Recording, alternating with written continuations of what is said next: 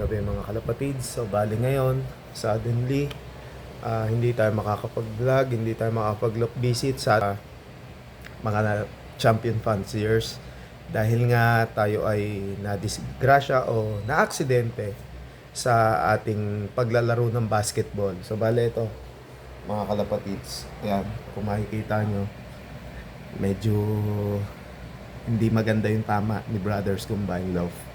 Hopefully, mas mapabilis yung paggaling natin, yung recovery natin. Sa ganun, makapaghatid pa rin tayo ng mga kwento ng mga champion fanciers. So, bali, sa hindi lang tamang panahon, nagkaganito tayo. So, hopefully, makabalik tayo sa pagbisita sa mga fanciers. So, bali, sayang dahil marami tayong nakausap na mapapa-schedule na mabibisita. Kaso nga lang, pagkakataon. Pero dasal lang mga kalapatids. Salamat sa pagpapaabot ng concern sa lahat po ng mga kaibigan ko. Shoutout po sa inyo, lalo-lalo na sa lahat ng tumutulong sa akin sa ngayon. And then kailangan natin maoperahan.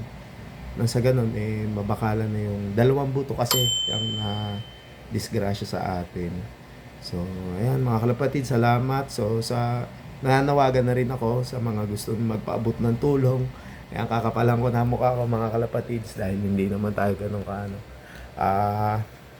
Sa gusto magpaabot ng tulong, pwede nyo po ako i-PM sa aking Facebook account and then sa Facebook account ng girlfriend ko.